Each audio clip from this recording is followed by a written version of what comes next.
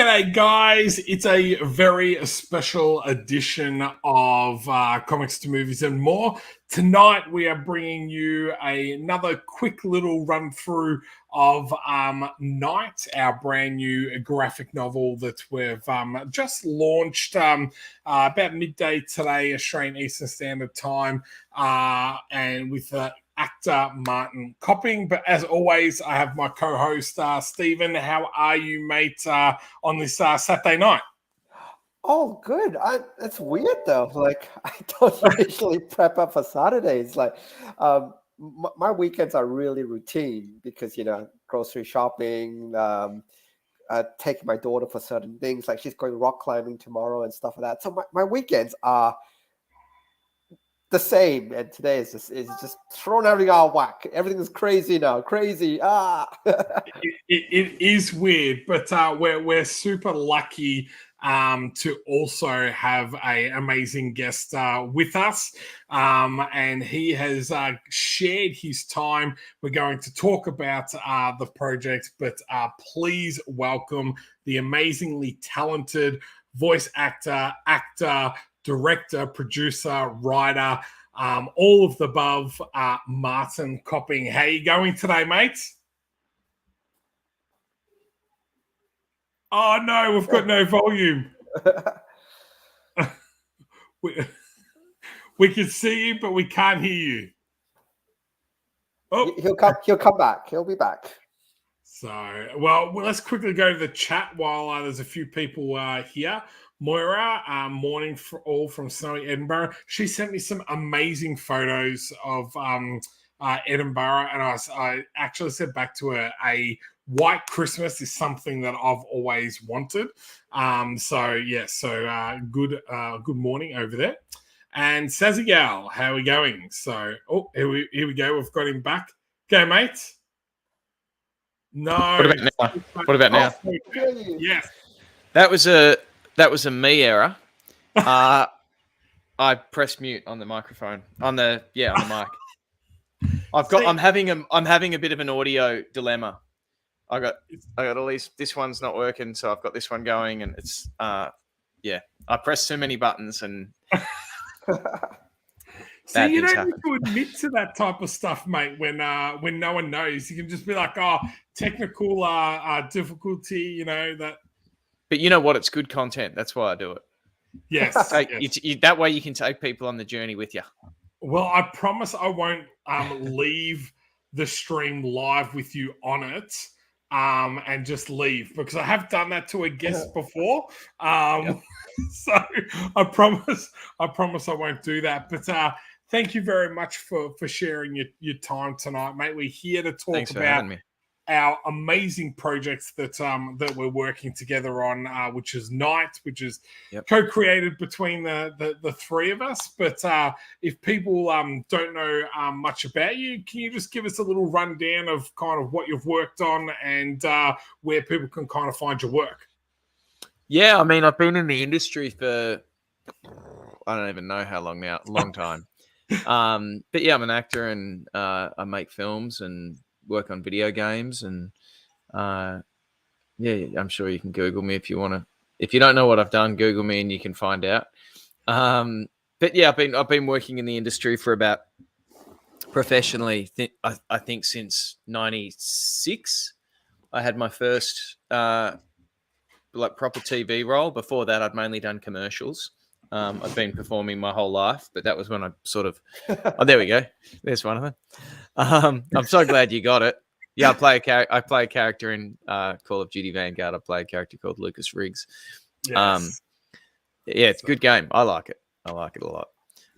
Had heaps of fun working on that. But yeah, started out mainly doing television, actually. I started out in commercials and then moved more into TV series and then independent films. And then I've kind of jumped across to video games now and back to a little bit of TV and now graphic novels. So it's really exciting for me to sort of be moving into a new medium. I also write myself. I released a film last year called The Dunes, which I wrote and directed. But this is a different style of writing. So it's been awesome collaborating with you guys and learning a new version of this skill set, because it is different, and it's been a lot of fun to sort of challenge myself and enter new territory and try and navigate that.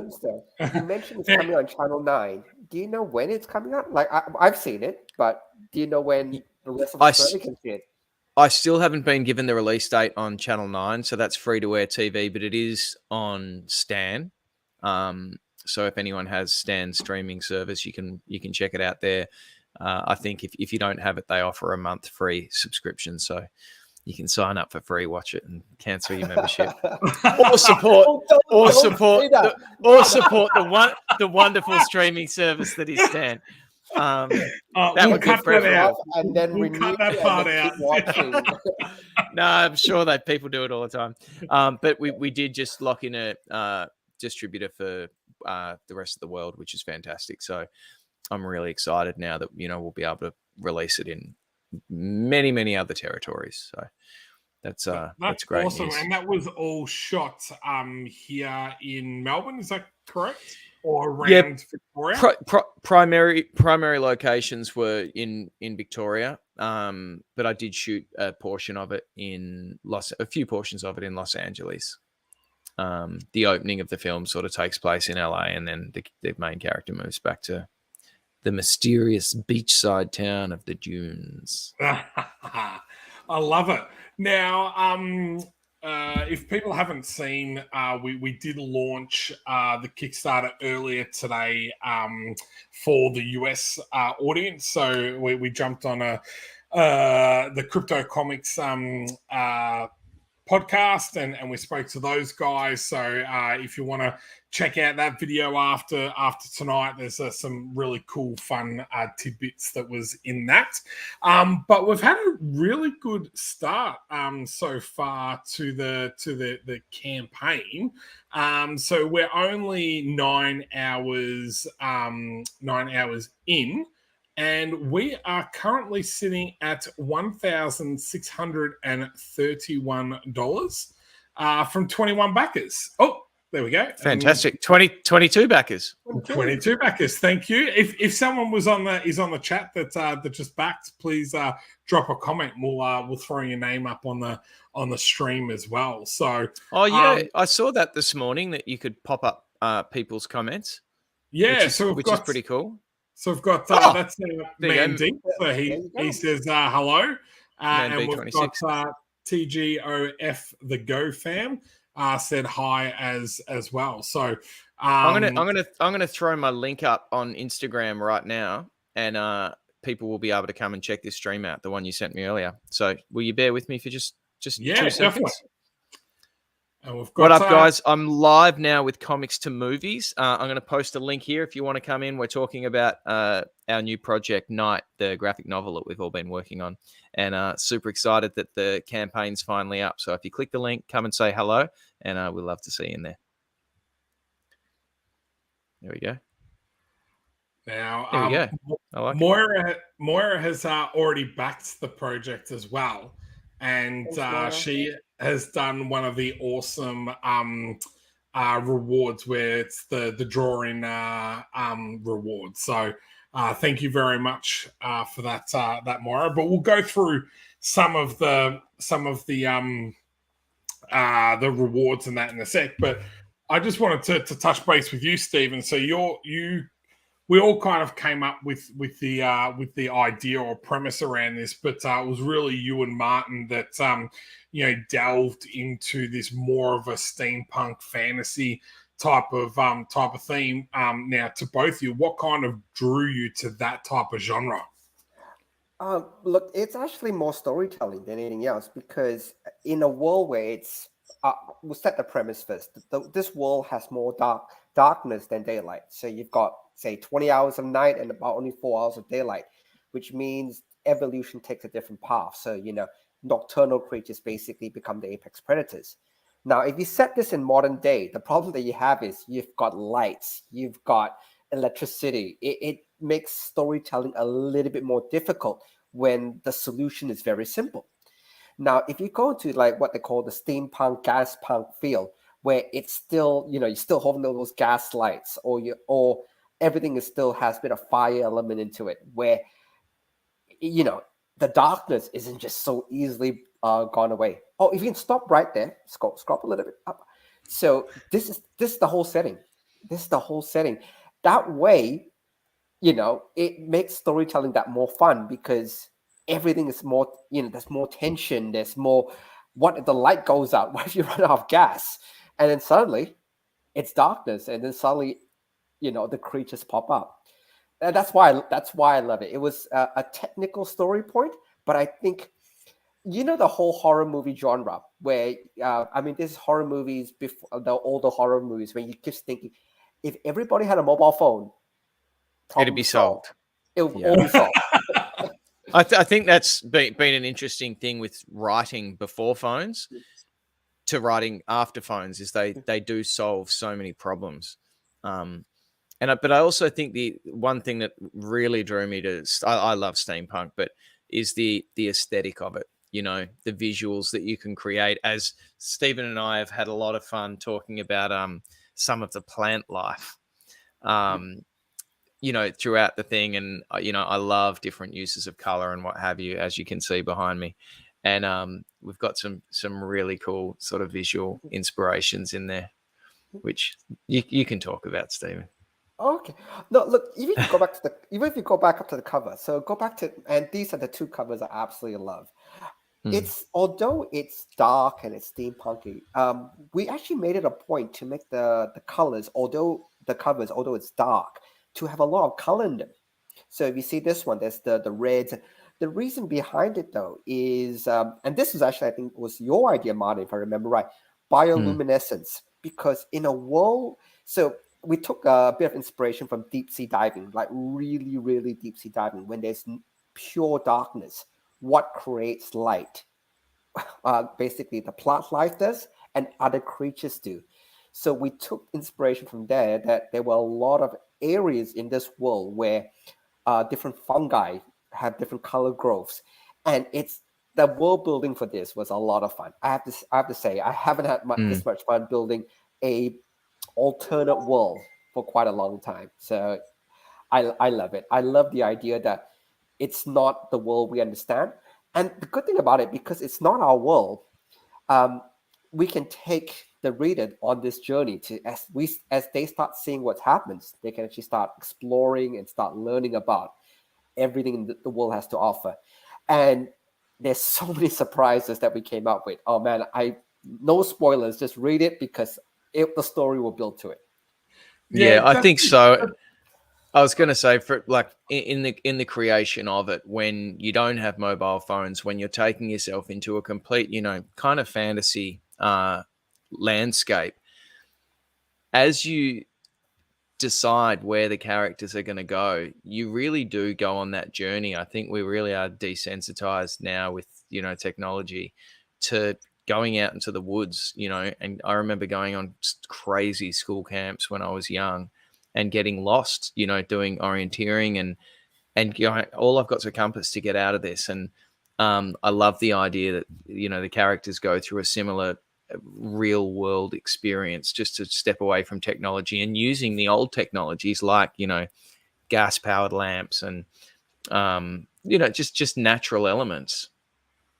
Yeah. And being a city boy, I didn't realize moonlight is actually quite bright. If there's actually no other light around, it's actually surprising what you can see. Of course, it has to be a clear night, but it's actually surprising how much you can actually see just from moonlight. So, I've never done something in this genre before, so that's what really kind of intrigued me when you guys were like, "Oh, I think this is the one we should kind of create." I was like, "Yeah, okay, this is something completely outside of my normal wheelhouse." But yeah, I think it's all of those things is a great way to set up a story and series. So so it's called Night. So we've got you, Martin, as the main character. in the series. So we've got your likeness drawn in it. So now, excuse my pronunciation, but Stephen, how do you say the artist's name again? I think I totally bundled it earlier. And just Raz. And we're over $2,000 now, so we're up to 23 backers, and we've just crossed 2,000. Oh, there we go! Wow. So again, if you backed on this stream, please put a comment in there. We're more than happy to give you a shout out and thank you personally. We'll throw it up, and just really quickly to everyone who has already backed this, working in the creative field, we do put a lot of time into our art, and having your support really does mean the world. The last film that I made was primarily funded from Kickstarter. And, to me, that's just a dream come true that I couldn't have done without the support of, the community that made it, and it's gone on to sell to a major, Australian national network and a major Australian streaming service. And now we've just got international distribution. And it is because, audiences not only backed it financially, but just shared the campaign, and, word of mouth got around, and the financial support helps, but also the fact that people want to contribute to the arts and help creatives make their dreams a reality. So I just want to say thank you to everyone who's not only backed it but shared it with friends and sent nice messages to us about the projects. It really does mean a lot, because without an audience, art just kind of sits in a corner. So to me, it really does feel like each artistic piece is like a living creation when it involves an audience. It's not just about the artists; it's about the audience too. It's a journey we go on together. So I'm just very grateful for all the support that everyone's given to this already. I mean, God, I can't believe we're the way through the crowdfund. Well said, mate. I think we've ran a lot of Kickstarter, Stephen and myself. You've ran a Kickstarter for a film.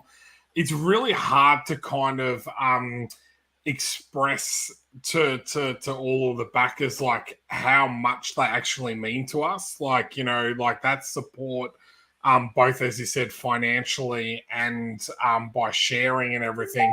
It actually especially for when we started out, it actually has helped set our my career path, really, type of thing. Without Kickstarter and being able to be successful and do more and more and more, I literally wouldn't be doing this. As you said, I'd probably have a nice few ideas on my computer sitting in the corner and never see the light of day. So we do really thank everyone that's back so far, and as you said, a third of the way there in 9 hours. I know we had kind of set ourselves a little bit of a goal. We wanted to do the $2,000 in 24 hours, so to kind of do that in 9 hours is pretty amazing as well.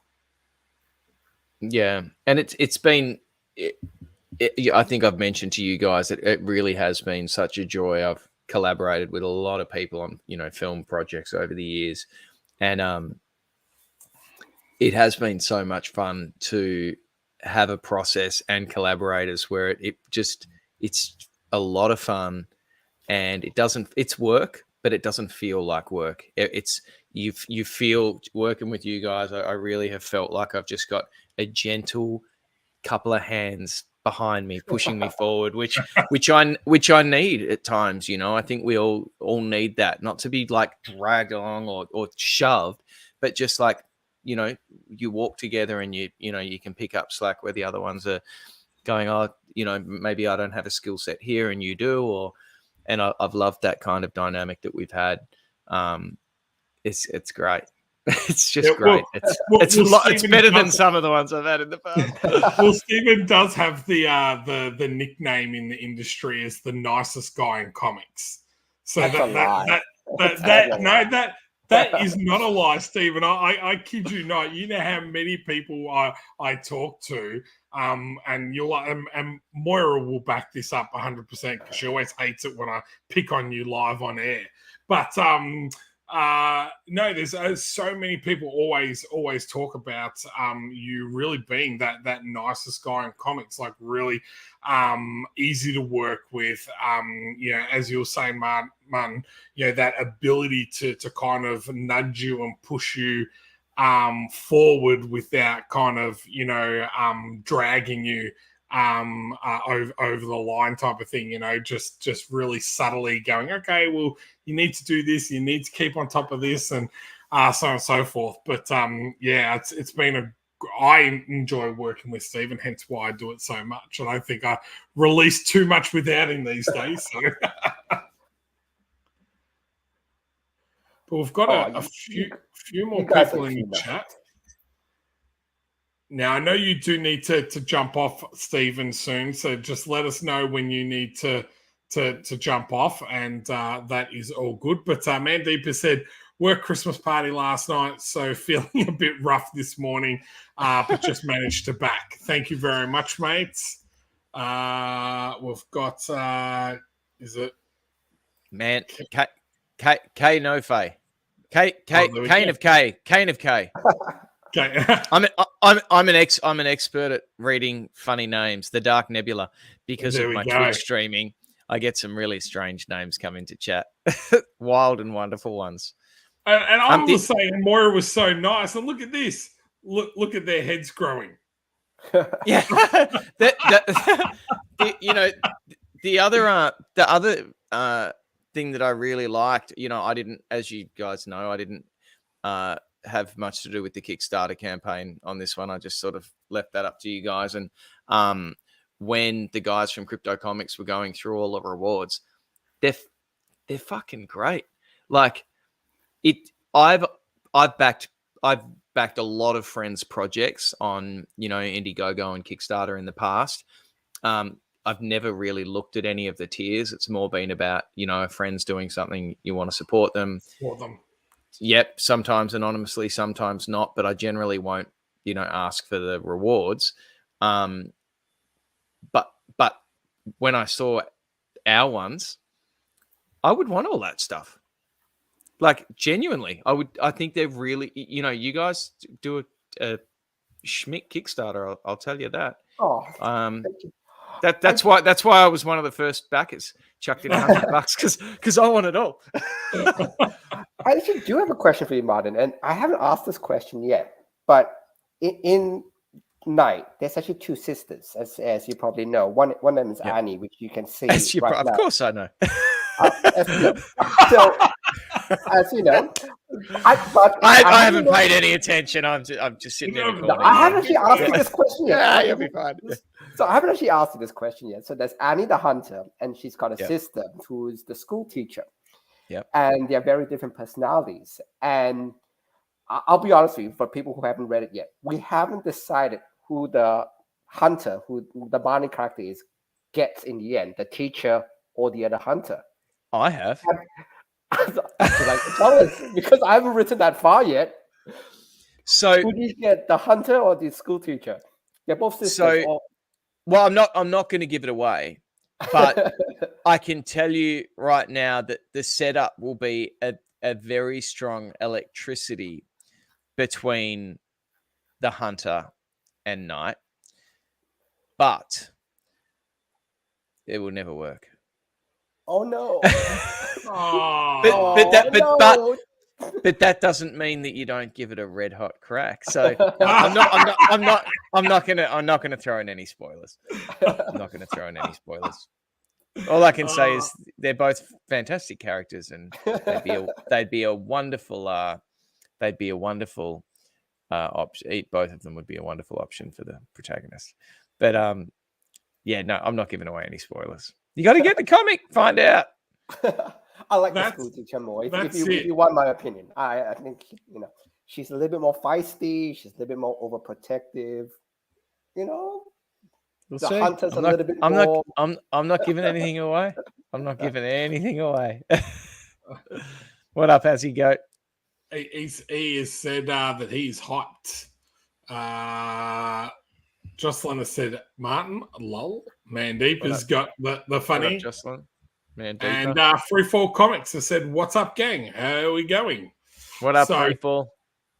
Now, the one thing that we always try and do on our Kickstarter, as I've been scrolling through there, is we try and give you guys a decent amount of pages so that you can actually have a really good look at what the book looks like, how it feels, and all that type of stuff. And Stephen, on the previous podcast, people were saying that the art style on this is like that very sketchy drawn type of artwork, and I was saying that this is probably the first artist in quite a while that we've dealt with that does this all traditional. It's pencil on paper, and then digital inks and everything like that. But you can really tell the difference. Was this one of the main reasons you went with Razzie in regards to this type of like the horror genre and that type of style linked to it, or? We actually, if you remember, and I'm happy to open up. I know exactly why we went with this artist. Yeah. And I'm happy to tell the story. We actually went with I think we auditioned probably about 10 different artists that we actually did go through. And each of those artists had different styles. We asked them to submit bits and pieces through. But the one thing that is really important was it had to be that ink style where it's darker, because it is, the night. It is a world of darkness. But the other thing that was also important was we wanted to make sure that the main character captured a lot of Martin's personality, captured a lot of Martin's features. And so I thought this guy actually encapsulated it the best. And like I said, it was a really big collaborative effort between all three of us. And and by the way, just a bit of history back, we actually started this back December last year. So December was it that last long year, ago? Yeah, Oz Comic Con, if you remember, last December, and then we was started that last? talking... Oh my! See, we thought it was this year, so that's how bad. Wow, it's gone quickly. It's gone really quickly. Yeah, no, that's a good collaboration. If something goes that quickly, it's better than us being like, oh, it feels like 10 years. It's an overnight success that takes 10 years to make, as you know. Yeah. But one of the things so we got the base story, we got all the bits and pieces. It took, and again, for people finding the artist was a long process. You're right. Exactly, and it was important to get somebody who fit everything. Like, it had to be dark. It had to be. Yeah. The artist didn't mind doing a little bit of gore, a bit of blood. You couldn't shy away from that because it will get more graphic as the story continues. It is still at its heart a steampunk horror story. And it also needs facial likenesses so that basically your character's personality, which is based on you, had to come out as well. So all these were like, we had this tick box of, okay, the artist needs to do this, this, this, and this. Chuck to the artist, show us. And look, the good thing is it's a collaborative process, but it takes time. So that's what I'm saying. It's almost about a year for us to reach where we are now. So, and I mean, one thing I really do love that I wasn't expecting. I mean, I obviously had my own set of parameters of things that I was looking for, but the creature, the way that he's captured the creatures, I love. Like, they really, like, if you look at our hybrid owl, what am I going to call it? Hybrid owl thing. I just love it how it names for the character. Yeah, it lives with this eternal kind of scream on its face. I really love how he's captured that, and like we were talking about before with that cross. When I went to art school, I don't know if I told you this, guys, but one of my main I did drawing and illustration, and one of the main things I did was cross hatching and etching, and I love what this guy's done here. I think it's absolutely fantastic. I'd forgotten that I went to art school. No, I didn't know that. Until like 2 nights ago, I was streaming and someone brought something up and I said, "Oh yeah, I went to art school." And I just think he's fantastic. Yeah, because you know how like owls, like when they're making that sound, you know, they're opening their mouth and it kind of like has that like large mouth type of thing. But on this, it's like it's just like that all the time, and it makes it like that little bit freaky Yeah. looking type of thing, which is really cool in regards to the design. You can kind of, the thing I think I really, and this is what I love about good illustration, is when you can look at a picture and you can, if someone can draw something that makes you hear sounds, to me, that's incredible. Like when I look at that, I can hear the horrific noise that's coming out of that thing's mouth when it's, you know, attacking. I won't do it. I am a voice actor. I'm not going to do it here. But, you know, if we do get to our stretch goal, which is another thing we should probably talk about, we're going to release a series of NFTs for anyone who's backed the project. And part of that will be me, you know, reading the graphic novel. I might make all those sounds too, which would be, I'd actually, I already know this. I'm not going to do it here, but my proper mic's not set up for it. But you know, that's something I would love to do as well.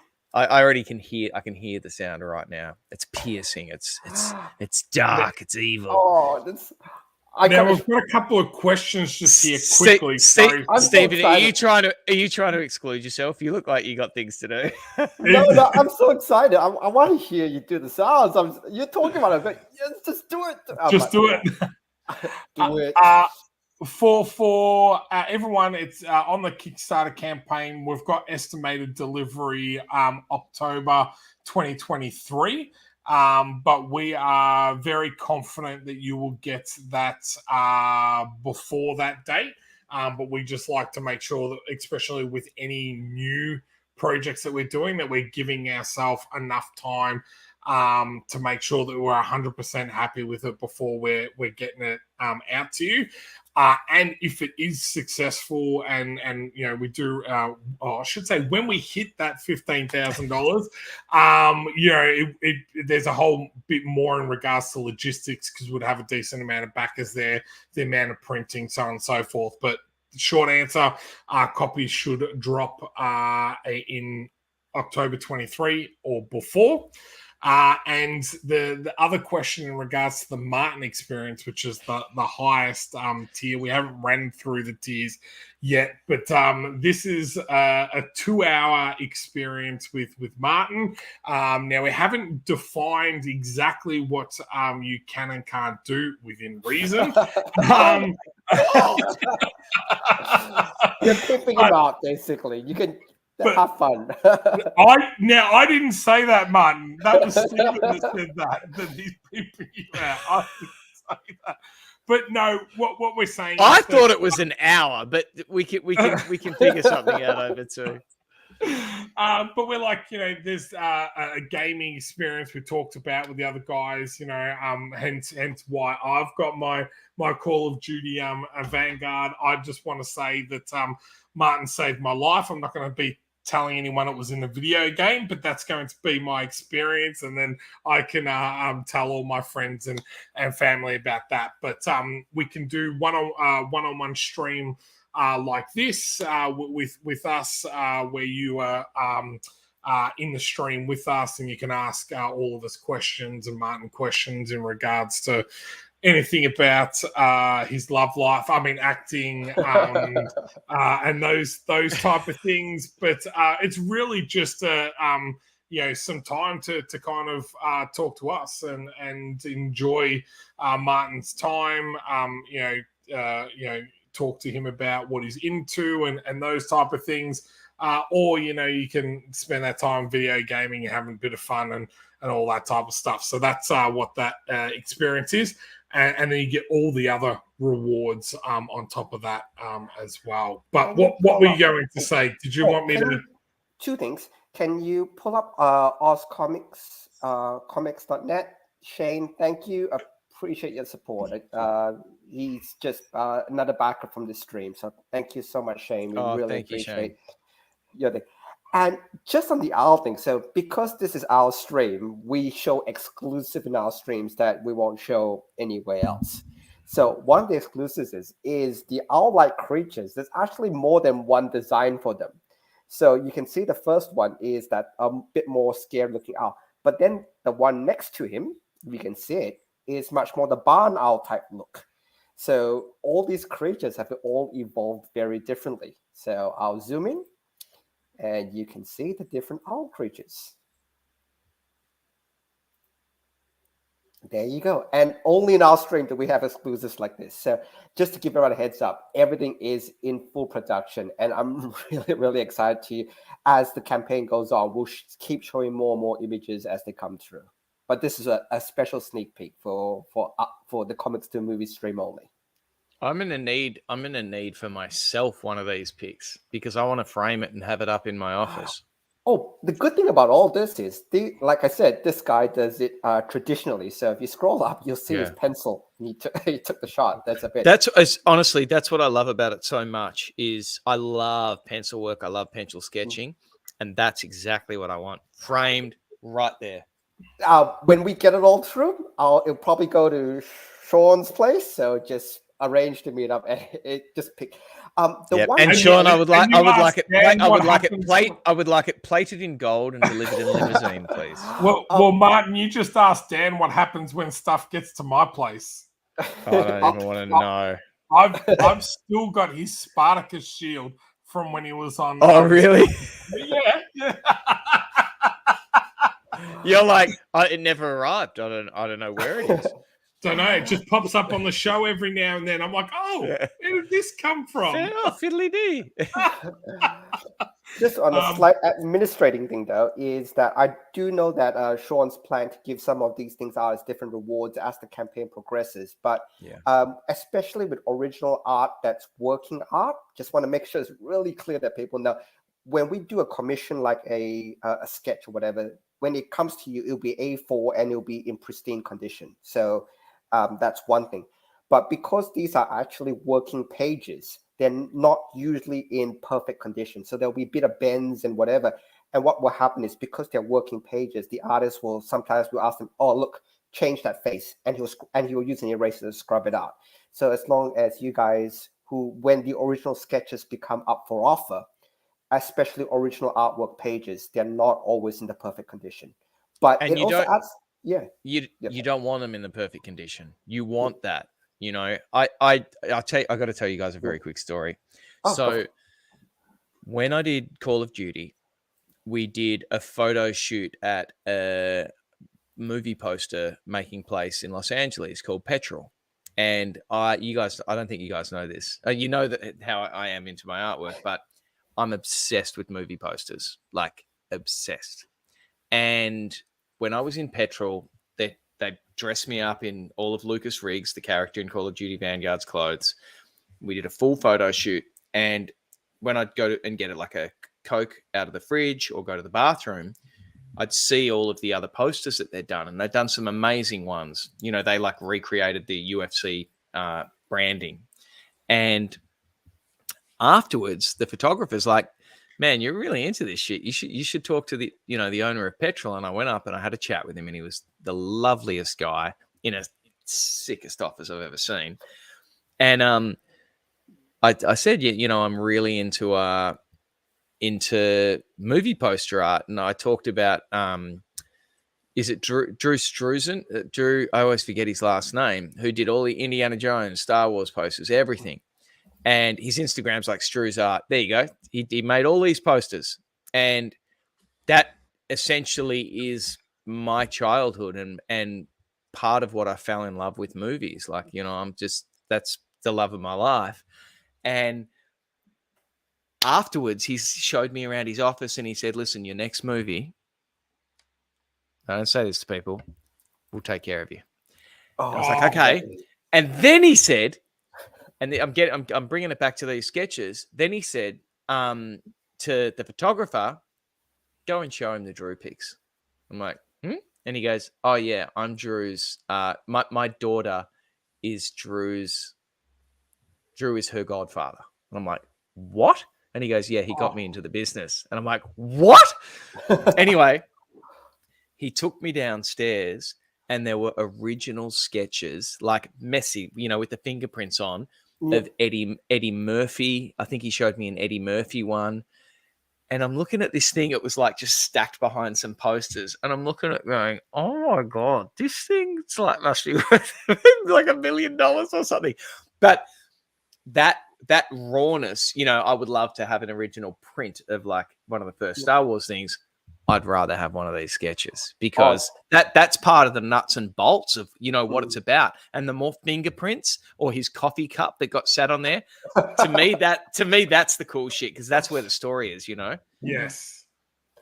Yeah, I love that because the first artist that I had on my previous series, he did all of it originally, and I tell you what, I always loved getting that packages, and you could find like you'd flip it over and you'd be like, oh, you can see he's tried to like clean it. He must have put a coffee cup or a drink or something, and he's tried to clean it and made it worse, much worse type of thing. But and it's like, oh, there might be a couple of pages in there that are in not great nick, and I'm like, nah, that's the thing. Good. My wife's the same thing about furniture. She's like, I'm not one of those. She's not one of those type of people that is like, I want brand new, never touched like furniture. She likes the dints and the she wants a home, not a house. It's marble. Yeah, that's it. So look, and I've got some original artwork, and there's actually phone numbers on some of them and email addresses because have you ever emailed them? I don't dare. I really don't dare. But it's like there was I think Wizards of the Coast. They do a lot of commissions, and I bought one piece I really liked, and it was like to such and such. Here's the fax number. This is fax days, and here's the number that was faxed to, and all those details are all written in a little corner. That's why I say with original pages, expect the story out of it. They're not perfect condition, and the guy's rubbing his hands on it. I do have to run though, but it's really good to catch up with both of you. Awesome. And thank you everybody who's back so far. Thank you everybody who's helped out with all this. And you guys are all totally amazing. And thank you for believing in this project. It's a lot of fun, and I really want to see it. I want to bring it to life, and I want to hold the physical copy. And Martin, when he's traveling around conventions, he'll be signing physical copies. I want that all to be real. Perfect, man. Well, you have a great night. Say good night to your beautiful daughter. And thanks for jumping on, man. No problems. You guys take care. All right, mate. See you, mate. Later. Right, it's you and me, big guy. Just the two of us. Just the two of us. So we've jumped up to 25 backers and $2,078, which is absolutely amazing. As I said, it's been 9.5 hours, almost 10 hours now. So it's amazing. Just quickly wanted to let guys know, if you haven't backed a Kickstarter before, no funds come out until the end of the campaign. Now, we understand it's Christmas and everything like that. So the campaign's running until, I believe it's the 23rd of January. Don't quote me on that, but it's 47 days from now. So it's plenty of time for you to be able to pledge, but not have to worry about that money coming out straight away. But we do ask, if you are going to support the campaign, if you can do it earlier rather than later, and that's all around Kickstarter's funny algorithms and everything like that. It helps us get seen by more people on Kickstarter and all that type of stuff. Same with sharing the campaign out if you can. But what we'll do is, I know we talked about a couple of the rewards, but I thought we would go through and do a couple of the rewards. We've got I think about 10 pages up there, so people can really sink their teeth into to it. If you don't know what Night's about, if you like Sandman, Lock and Key, Monstrous Conan, or other fantasy horror stories, or movies like Priest, the New Mutants, Underworld, Hellboy, then this is the book for you. So it's got plenty of really cool, as we said, monsters, but great story and character development as well. Now, what's you said that you had checked out these rewards. We went through them on the other stream. What was your kind of favorite one, Martin? Was it the sketch? Well, that's a silly question. The Martin experience. Well, I tell you what, we always go from the top down. Let's go from the bottom up this time. So we'll go from the bottom up. Yeah. So the last reward, or the best reward, as Martin said, is the Martin experience. Now, there's only 2 of these, so they're super limited edition. But what that includes is a PDF copy of Night. It also includes a bunch of other graphic novels and comics, which include Terra Olympus, Transhuman, XCT, and Woodland Creatures. So it's over 200 pages digitally in that PDF pack. You get the print copy of Night, main cover, the variant cover, an A5 limited edition print, a special card, an artwork commission. You get drawn into the book, as well as the Martin experience, which is some time with Martin to I won't say do whatever you want, but no, you can't do whatever you want. I mean, I'll make some exceptions, but let's keep it clean.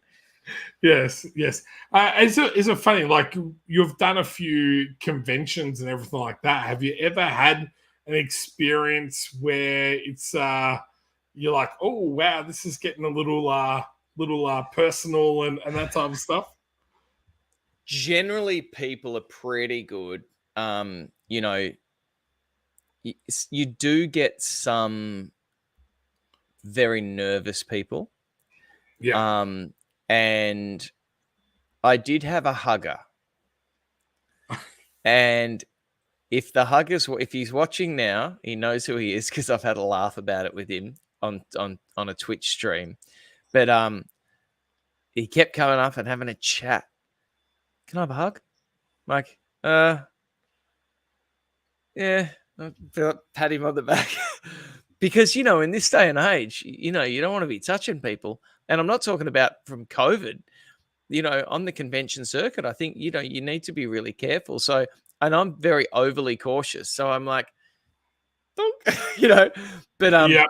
he wanted hug after hug after hug. And I'm like, dude, enough with the hugs. Like, it's just good. Just chill, relax. But that in general, I know everyone's super cool. And I found it a really lovely experience to get to meet with people, because as I was saying before about, with the creation of art, having an audience, without people that appreciate your work, you're just performing in a corner by yourself. And so I find it a really lovely experience to get to meet everyone. And no, look, people have always been very cool. Maybe if you're a gigantic celebrity, people might get a bit freaky, but I think I'm still at a manageable level. So, hopefully I'll have that problem one day. But until then, I just find it really great to interact with people and, just have a chat. It's really interesting because I'm quite an outgoing person and everything. But whenever I meet celebrities, I get quite nervous. So, and I guess it's because I'm a fan at heart. I love my movies, I love my video games, I love my comics and everything. So, I'm quite passionate about that stuff. So, sometimes I put a lot of people up on pedestals where I'm like, oh, this person is going to be amazing. And then a lot of the times the conventions have been great because you realize that they're just really nice, normal people that are just in shows that you enjoy, or like the same things that you do, like video games or whatever. And it's really, given an access to people that we've never really had before. Now, that's a good, I think, and a bad things sometimes. But the conventions themselves are great to be able to, like, you know, I would have said that there's no way like I would ever kind of, you know, probably have reached out to you online or anything like that. But then at a convention, I feel like I'm more comfortable to say, oh, hi, this is who I am and this is what I do and blah, blah, blah. So that's what I've really enjoyed about the conventions. It's kind of given us access to people that probably we would still have access to, but we just probably wouldn't be game enough to kind of reach out or anything like that. So I think it is an interesting dynamic. And I think we all do it, you know, like I've worked with actors who, you know, you're working opposite them and you're like, fucking hell. And you have those moments where you're like, you've invested hours and hours and hours watching a show that they're in, you know, and I know, like, it's just they go and you do a job and you don't think about it again. But someone else comes across that show at a time in their life when, or a video game at a time in their life where that's their main connection. And we've all done it. I've done it. I've gone through difficult times in my life where I picked up a video game and that game's like sort of got me through, you know, that's been my companion and best friend. And movies have done it, you know. The Harry Potter films, like I love Harry Potter, you know, that used to be like how I'd put myself to sleep at night, put on Harry Potter, fast asleep. Next minute I'm in Hollywood, I'm at a bar with Robert Pattinson and then end up back at his house. Same thing though, you get that, but you have a chat and you realize, oh, they're a human, that's a job they did. So I get it when someone comes up and they're like shaking, I'm like, you don't need to do that, I'm just like you, we're the same, you know. I've just done something that you've spent a lot of time looking at, but spend 5 minutes with me and you won't be shaking anymore. Like, I'm just like you, we're the same, we're just all the same thing, you know. But it's a very interesting dynamic, you know, and I've been on both sides of it. Yeah, that's so cool because I got to meet is it Mila Kunis? Mila Kunis? Yeah. And man, she was prettier in person than on camera. I was like, how is that possible? Like, you are absolutely stunning. And she's like, oh, thank you. And then the next minute, this guy goes, I'm going to need to take her away, mate. And I'm like, oh, that's okay. And didn't pay any attention, didn't realize it was Ashton Kutcher, but he's in like a t-shirt, a cap, and all this, like, just really laid back and really cool. But like, he just like came up to me. Yeah, you're like, all right, you can have your wife back. All right. Yeah. Type of thing. Can I just have 5 more minutes with her? 5 more minutes, please. You get this every day. This is the best moment of my life. Come on, mate. You don't understand. That's it. So what else have we got there? We've got the drawing tier and a custom cover, which is I spoke about this before. I've done this for a couple of other projects. I absolutely love this idea where you can get yourself drawn onto the cover and then get Martin, you know, killing you. You can be a monster. You know, the one we were talking about before is like you've chopped off their head and you're holding the head up. You know, you were talking about a good idea. That was a good idea, by me. I love that. But you talk about loving movie posters. You could reenact some really cool horror movie posters and just change and swap out the characters for yourself and night type of thing. So there's a bunch of really cool things that you can kind of do with that. We've got the original sketch tier and get drawn into the book, and that's usually is either a background character or we actually commission a extra page and have something going on in regards to that one. We've got the original sketch, and again, I didn't mention, but for all of our international backers, this is all at the Australian price. So it is actually about 30% cheaper for US and other countries. I think Canada is the only one that's pretty much dollar for dollar for us at the moment. But those prices are all in Australian dollars. So yeah, and then after that, we've just got the physical books. The variant and the standard cover.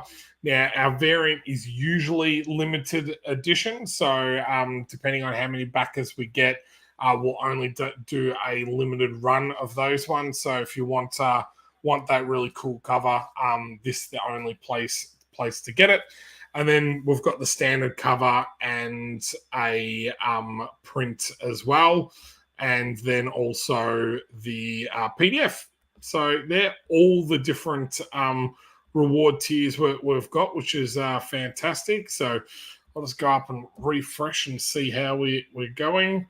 So still at the 25 backers and $2,000, but I'm pretty happy with that, mate. What are you thinking? This is the first graphic novel that you've done?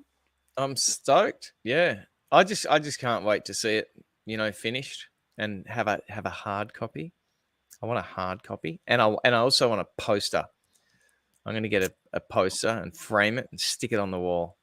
Yeah, and the original artwork. So what I'll do first is I will get all the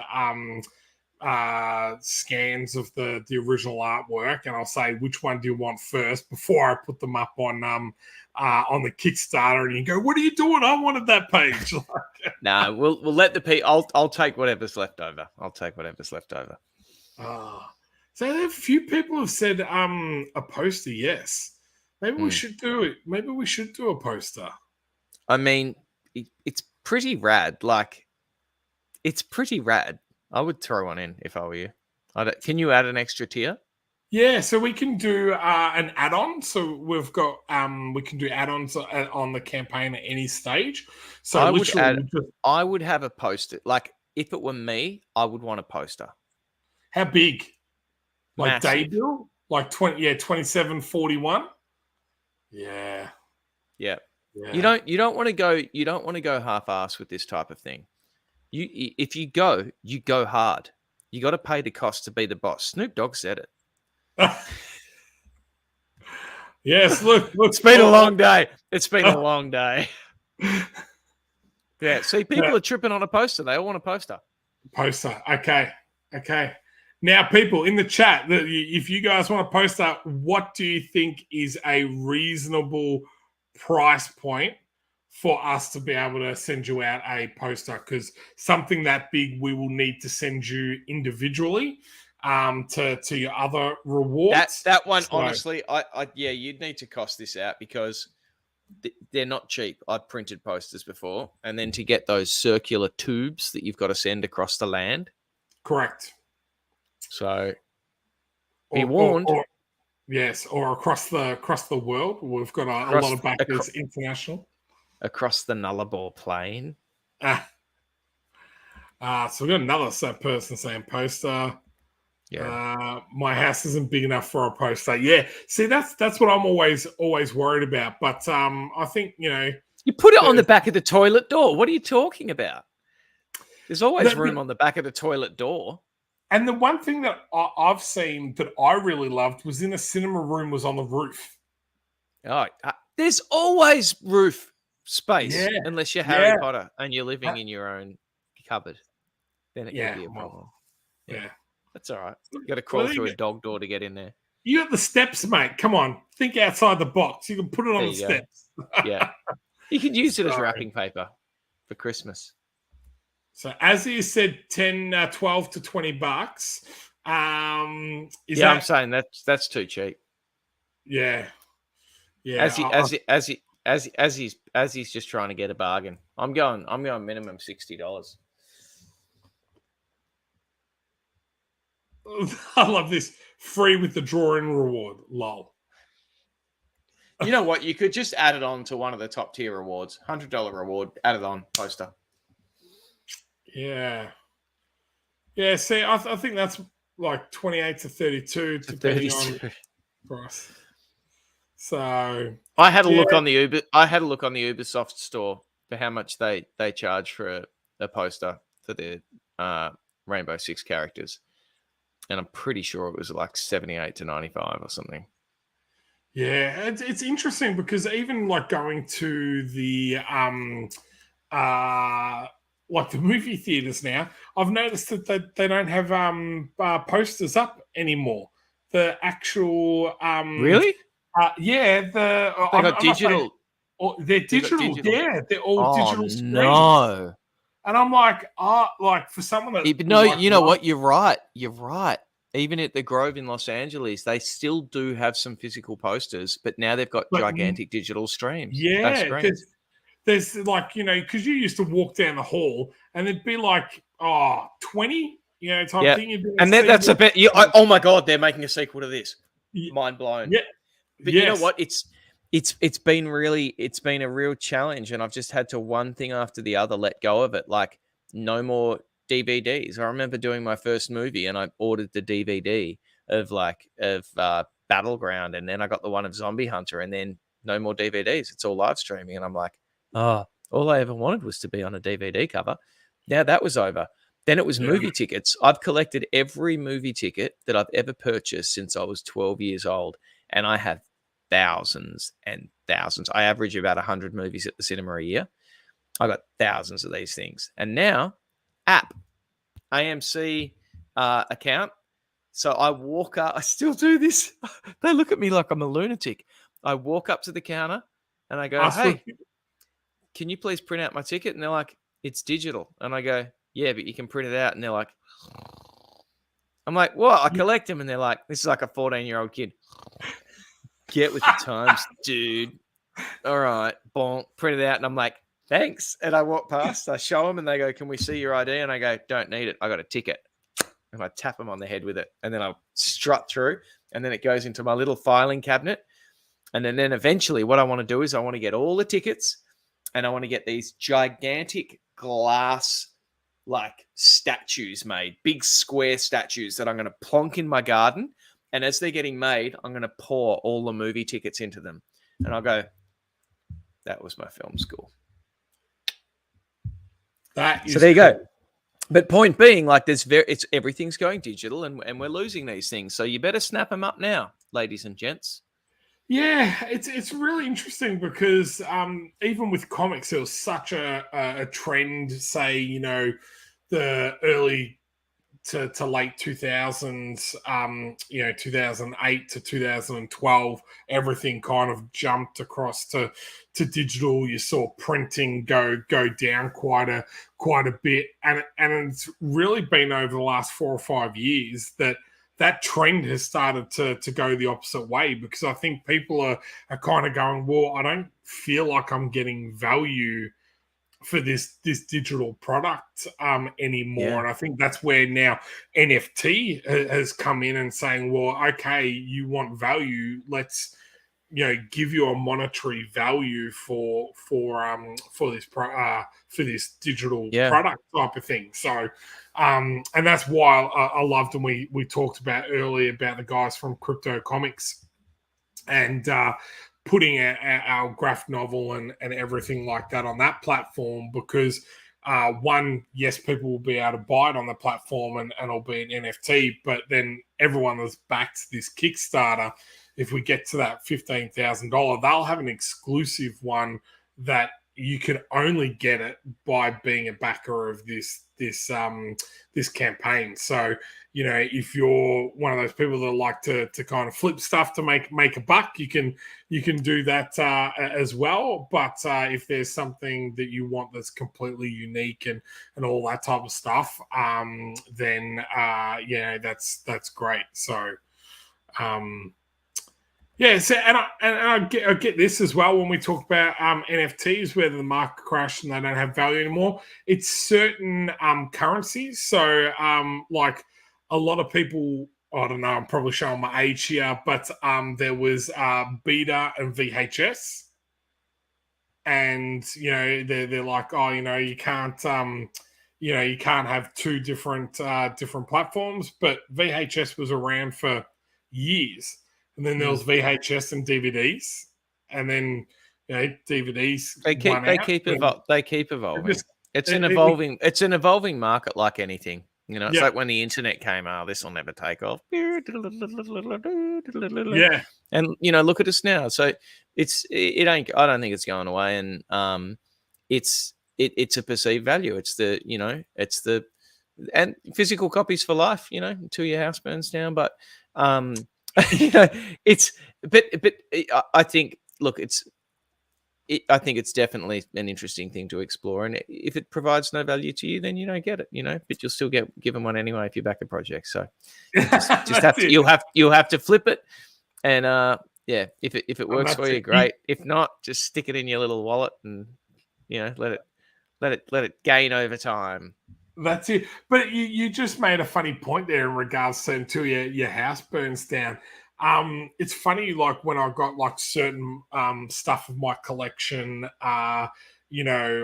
insured, because like me naive, I was just like, oh well, that they will source and find my exclusive item and get it back for me under my insurance. It's like, well, no.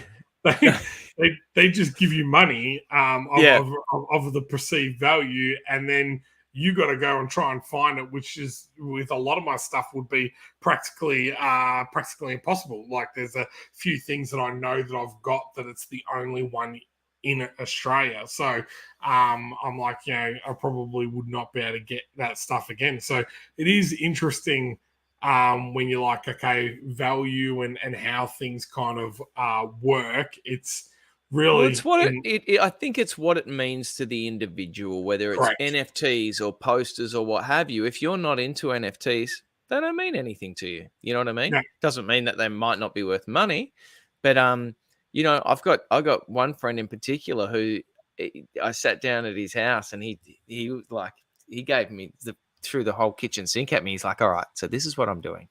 And he took me into the metaverse, and I was like, dude, this reminds me of when video games were in their, infancy. I started getting sucked into it. I'm like, this is amazing. But like, forget that. This guy was just, that's what he does. It's all he does. And I think with anything, whether it's comics, like if I'm not into comics, there's no market for it with me, so, look, I'm all about everything, and if someone has an interest in something, that's go for gold. But it's like with the tier rewards, you may not want any of these things, but you may want to back the project, and you can use it as wrapping paper or give it as a gift to someone. Like it's that stuff's all up to the individual. But shitting on things doesn't really help anyone, in my opinion. No, and I think that's really well said, because there's a lot of stuff. Like I love Star Wars. I've got even the Caravan of Courage. Dude, that one is so cool. I remember the guy with the big ears and the big earring who, like, when the Ewoks went up to him, and I was like, that guy's terrifying. And then my guitar teacher, when I was in high school, looked just like him. Spitting image. I'm like, oh my God, that's the monster from the Caravan of Courage. I gotta watch that again. But yeah, but it's so funny because like I got two girls. They're at the moment they're totally not into Star Wars, and I was like, if anything happened to me, that'd probably flip all this stuff for like next to nothing, and that would like absolutely break my heart. But as you said, it's all about the eye of the beholder, whoever loves that type of thing. But then on the flip side of that, there might be certain things that for nostalgic reasons, they'll be like, oh, I want that because, my dad loved that or something. And I know my dad's cameras, I've got boxes of them in storage, and I don't know what to do with them. Some of them are just like, they're crap, but I'm like, they really meant something to him. And every time I see them, it makes me think of Dad. And it's a nostalgia thing, and I think we all have those things that matter, I would love, I think Stallone,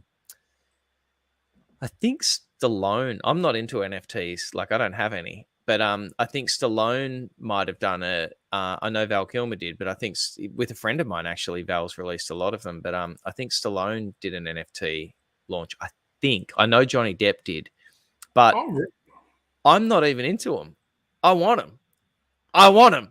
Like, you know, like because I've spent a lifetime watching this guy, and it's like a comic. You know, maybe it'll just sit in the cupboard, but you know, if you're into something, you're into it. Like I really want to go back and get all of the Garbage Pail Kid cards because Yes. I just thought they were the coolest things. Whoever the artists were amazing. They were so gross and different. And I was just thinking that yesterday. I was walking down the street, and for some reason, I think I saw a doll in a window, and it looked like a Garbage Pail Kid. I'm like, I'm going to get on eBay, and I'm going to buy the entire set of Garbage Pail Kids cards and look at them, and then I won't know what to do with them, and then I'll either put them in a drawer or I'll sell them. You know. I was for me lately it's been the Dino Riders toys. I don't know why, but I used to love that series. And there wasn't that many episodes. I think there was only 12. It seemed like there was so much more episodes. It was on SBS or ABC, I think. ABC, I think. ABC. It was ABC. Yeah, I remember that. By the way, I had my first Dino Nuggie today. Ooh. What's that? That's what I said. Everyone in my Twitch stream's like, "You've never had a Dino Nuggie?" I'm like, "What's a Dino Nuggie?" And they're like, "It's a chicken nugget shaped like a dinosaur." And I'm like, "Nah." And they're like, "They're awesome. You should have had one." And then I'm at my friend's birthday today, and there were kids everywhere running around. And out comes a plate of Dino Nuggies. And I'm like, "These Dino Nuggies?" Because I could tell because they look like dinosaurs. And he goes, "Yeah." And then I ate it. I'm like, "These are cheap Dino Nuggies. Where'd you get these? At Aldi or something?" And he goes, "Yeah." But they were good. And then I ate about 15 of them. They were good. They were Moorish. Oh, yeah. See, everyone, yeah. Dino Nuggies are so good. They're so good. They're so good. I'm going to actually have to call it. No problem, mate. Thank you so much for your time. It's been absolutely amazing. Thank you, everyone that came along to the stream. As I said, we've got 47 days left, and we are aiming to raise that $6,000 before Christmas, and then hit those stretch goals after Christmas. So to everyone, if you're able to share the campaign out, that would be amazing. But thank you so much for your time, mate. I know it's been a massive day for you, so I really appreciate you jumping back on. So, no, it's always fun. It's always fun. Well, I look forward to chatting with you soon. And yeah, thanks again to everyone who popped by. And yeah, I hope you when it comes out, I hope you enjoy the comic. I think it's going to be really awesome, and I'm so pumped to be working with you and Stephen. So awesome. Hey guys, have a good night, and we will catch you soon. Later.